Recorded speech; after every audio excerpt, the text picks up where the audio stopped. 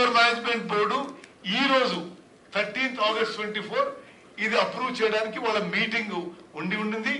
అది కొన్ని కారణాల వల్ల వచ్చే వారానికి పోస్ట్పోన్ అయింది. జిఆర్ఎంబి అప్రూవల్ అయిన తర్వాత అది ఫైనల్ గా టెక్నికల్ అడ్వైజరీ కమిటీకి పోయి ఫైనల్ సిడబ్ల్యూసి అప్రూవల్ వస్తుంది. ఈ రోజు వరకు కూడా సిడబ్ల్యూసి అప్రూవల్ రాలేదు. ఆ పెద్ద మనిషి ఏమో మరి ఇవన్నీ ఈ వాస్తవ పరిస్థితి ఉంటే వాళ్ళ టైం ఉన్నప్పుడు సిడబ్ల్యూసి అప్రూవల్ వస్తుందని చెప్పాడు. ఈ నెత్తి మీద నీళ్లు చల్లుకుంటున్నారు ఊరికే మాట్లాడు. నాకు ఒకటే విషయం గుర్తుంది. 2014లో ప్రభుత్వం వచ్చింది. వారి 2014లో ప్రభుత్వం వచ్చి కొన్ని నెలలకి ఒక హోర్డింగ్ వచ్చింది సిటీ అంతా.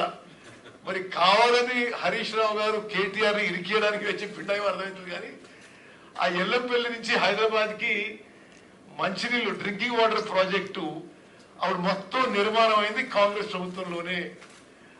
ఆ హైదరాబాద్ కి నీళ్లు రాగానే వాళ్ళు అధికారంలో వచ్చిన నెల రోజులకి ఇక్కడ కేటీఆర్ ఆ తలకి నీళ్లు చల్లుకొని ఆ హోర్డింగ్లు పెట్టుకుంటే సిటీ అంతా.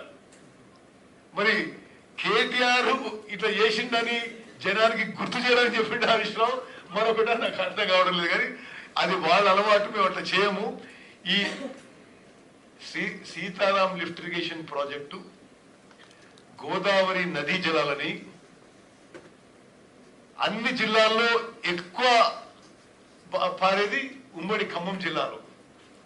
ఆ 10 నియోజకవర్గాలకి పుష్కలంగా గోదావరి నదీ జలాలు అందించాలనే ఒక దృఢ సంకల్పంతో మా ప్రభుత్వం, ముఖ్యమంత్రి రేవంత్ రెడ్డి గారు, ఉప ముఖ్యమంత్రి బట్టి విక్రమార్క గారు, మేమందరం మంత్రులం ఒక డిటర్మినేషన్ తో ఒక మంచి సంకల్పంతో ముందుకు పోతున్నాం. దాని భాగంగానే ఒక ఏళ్ల తరబడి మోటార్లు పంపులు పెట్టింది కానీ కనీసం కరెంట్ కనెక్షన్